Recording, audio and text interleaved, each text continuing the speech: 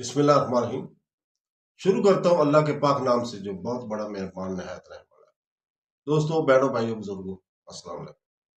तारीख इस्लाम की 150 नंबर किस्त में हम आपको खुशामदीद कहते हैं और इसमें हम बयान करेंगे हज्जाज बिन यूसुफ और अब्दुर्रहमान बिन मोहम्मद। तो दोस्तों, सन 78 हिजरी में हज्जाज ने ममलुक को खरासान का और अबैदुल्ला बिन अबी बकर को सजिस्तान और सिंध का वनसंत का अमीर मुकर्रर किया था। सिंध और सजिस्तान पर मशरक की तरफ से हिंदुओं और शुमाल की तरफ से तुर्कों और मुगलों के हमले होते रहते थे। इसलिए हज्जाज के हमसियान बिन अद्दी असदी की एक चुस्त चलाक और खूब मुसल्लह दस्ता फौज देकर मकाम करमान में मुकीम कर दिया था और हुक्म दिया था कि जिस वक्त सजिस्तान और सिंध के अमल को जरूरत पेश आए इसकी मदद करो।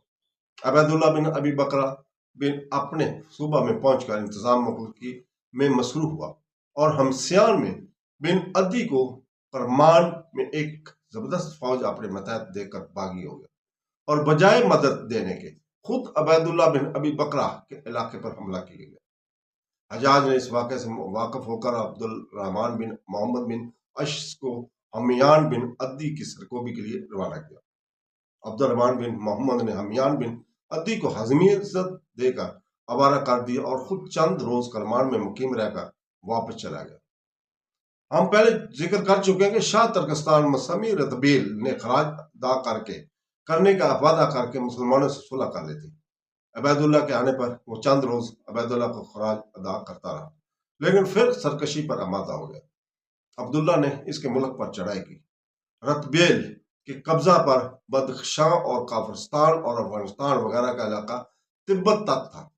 अबैदुल्ला ने इस इलाके पर फौज कशी की। वो सामने से फरार होता हुआ अबैदुल्ला बिन अबी बकरा को ऐसे मुकाम तक ले गया जहां से अबैदुल्ला के लिए वापस होना सख्त दुश्वार था। आखिर मुसलमानों की फौज दरों में घिर गई। बहुत से आदमी जाए हुए। शरीफ बिन हानी ने भी इस जगह काम आए। बकिया जो वापस आए बड़ी बुरी हालत में अपने मुकाम तक पहुंचे। सजिस्तान के लश्कर की इस तबाही और बर्बादी का हाल हज्जाज बिन यूसुफ शक्फी को मालूम हुआ तो इसने अब्दुल मलक को इतला दी। हज्जाज ने 20,000 सवार कुफा और 20,000 पैदल बसरा से मुस्तल करके इस 40,000 के लश्कर का अजमुद्दा कार पर अब्दुर्रहमान बिन मोहम्मद अश को सरदार बनाया। इसी अरसा में खबर पहुंची कि अबैदुल्ला बिन अबी बकरा ने सजिस्तान में वफात पाई। हज्जाज ने अब्दुर्रहमान बिन मोहम्मद बिन अश को सजिस्तान की संत गवर्नी भी अता की और रतबेल के मुल्क पर चढ़ाई करने के लिए रवाना किया। अब्दुर्रहमान बिन मोहम्मद बिन असद को इस्लाम के साथ सजिस्तान पहुंचा और रतबेल के मालूम हुआ कि अब मेरे मुल्क पर हमला होने वाला है तो बहुत घबरा गया, मगर कुछ न कर सका। अब्दुर्रहमान ने इसके मुल्क पर फतह करना शुरू किया और इस बात का लिहाज रखा कि जूं जूं आगे बढ़े पहाड़ों के दरे और घाटियों में चौकी पहरेदार कायम करता जाए। गर्ज रतबेल के मुल्क आधा से ज्यादा हिस्सा फतह करके पेशकदमी को आइंदा साल के लिए रोक दिया गया और हज्जाज को फतहनामा के साथ इतला दे दी गई कि बाकी हिस्सा हमने आइंदा साल के लिए छोड़ दिया ताकि इस मफतूआ इलाके का इंतजाम उम्दगी से करने और फौज भी ताजा दम हो जाए। हज्जाज इस अर्जदाश्त को पढ़कर सख्त नाराज हुआ और इसने हुक्म भेजा कि तुम अपने पेशकदमी को जारी रखो। रतबेल की फौज के लोगों को जो तुम्हारी कैद में है कत्ल कर दो और किलों को मुअद्दम कर दो। इस हुक्म के पहुंचते ही से पहले ही फौरन दूसरा और तीसरा हुक्म भी इस मजमून का रवाना हुआ। तीसरे हुक्म में भी ये लिखा गया कि अगर तूने हमारे इस हुक्म की तमील की तो बेहतर, वरना तू अपने आप को मजूल समझ और तेरी जगह तेरा भाई इसहाक बिन मोहम्मद बिन अशश अमीर लश्कर है। ये तीनों हुक्म अब्दुर्रहमान बिन मोहम्मद के पास यह के बाद दिगरे पहुंचे। अब्दुर्रहमान ने हज्जाज के हकाम को पढ़कर तमाम लश्कर को जमा करके एक तकरीर की और कहा कि मैंने तुम सब लोगों के मशवरे से ये बात करार दी थी कि हम तुर्कों के मफतूआ मुल्क का इंतजाम करें और इस साल अपनी मजबूती और तैयारी मुकम्मल करके आइंदा साल बकिया मुल्क को फतह करें।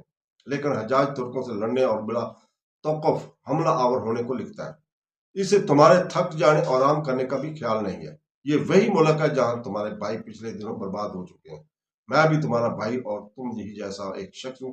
अगर सब लोग लड़ने और आगे बढ़ने पर आमादा है तो मैं सबके साथ। इस तकरीर को सुनकर तमाम कूफी और बसरी यकलख्त बुरा اختہ ہو گئے اور ایک زبان ہو کر کہنے لگے کہ ہم حجاج کی اطاعت ہرگز نہ کریں گے اور ہرگز اس کا کہنا نہ مانیں گے۔ عامر بن وائلہ کنائی نی کہنے لگا کہ حجاج تو اللہ کا دشمن ہے، اس کو امانت سے معزول کر کے عبد الرحمن بن محمد کے ہاتھ پر بیعت کر لو۔ ہر طرف سے لوگ بول اٹھے کہ ہاں، ہمیں یہ بات دل سے منظور ہے۔ عبد الرحمن بن شیش ربی نے اٹھ کر کہا، چلو اللہ کے دشمن حجاج کو اپنے شہر سے نکال دو۔ یہ سنتے تمام لشکری عبد الرحمن کے ہاتھ پر بیعت کرنے کو ٹوٹ پڑے اور انہوں نے عہد کیا کہ ہم حجاج کو عراق سے نکال کر چھوڑیں گے۔ اس وقت عبد الرحمن بن محمد نے رتبیل کے پاس پیغام بھیجا اور اس شرط پر فوراً صلح ہوگی کہ اگر ہم حجاج کے خارج کرنے کی کامیاب ہوگی تو رتبیل کا ملک کا تمام خراج معاف کر دیا جائے گا، اور اگر حجاج غالب آیا تو رتبیل اس کو یا اس کی فوج کو اپنے علاقے میں داخل ہونے سے روکے گا اور برسر مقابلہ پیش آئے گا۔ چنانچہ یہ لشکر تمام فتح کیے ہوئے علاقے کو چھوڑ کر عراق واپس روانہ ہوا۔ جب اس لشکر کے واپس آنے کا حال حجاج کو معلوم ہوا تو اس نے عبد المالک کو لکھا، یہ صورتحال پیش آئی ہے، اب میری مدد کے لیے فوج روانہ ہو۔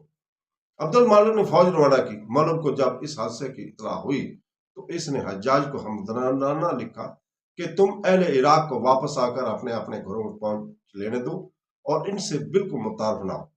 حجاج نے اس مشورہ کی کوئی پرواہ نہیں کی، بلکہ وہ عراقیوں سے بدظن ہو گیا۔ اس نے ملک کی نسبت بھی اپنے دل میں بدگمانی کو راہ دی اور یہ خیال کیا کہ ملک گورنر خراسان بھی ضرور ان لوگوں کے ہم خیالوں مشیر ہوگا۔ عبد المالک کی فرسودہ فوجیں جب آ گئیں تو حجاج ان کو لے کر بصرہ سے اس طرف آگے بڑھا اور مقام تشتر میں پہنچ کر سواروں کے دستے کو بطور مقدمات الحبیش آگے بڑھا۔ عبد الرحمن بن محمد بھی قریب پہنچ چکا تھا۔ عبد الرحمن کے سواروں نے حجاج کے سواروں کو شکست دے کر بھگا دیا اور ایک بڑے حصے کو قتل کر ڈالا۔ اب حجاج تشتر سے مجبوراً بصرہ کی طرف لوٹا اور متازم زاویہ کی طرف مڑ گیا۔ عبد الرحمن سیدھا بصرہ میں داخل ہوا۔ اہل بصرہ نے ان کے ہاتھ پر بیعت کی۔ حجاج کو ملک کی نصیحت یاد آئی کہ اس نے جو کچھ لکھا تھا درست لکھا تھا۔ اہل بصرہ حجاج کی سخت سے نہ لاتے۔ سب کے ساتھ عبد المالک بن مروان کے خلافت اور حجاج سے جنگ کرنے پر آمادہ ہو گئے تھے۔ یہ واقعہ آخر ذی الحج سن 81 کا ہے۔ تو دوستو، اس کے ساتھ ہی ہم اجازت چاہتے ہیں۔ کل تک کے لیے اللہ حافظ۔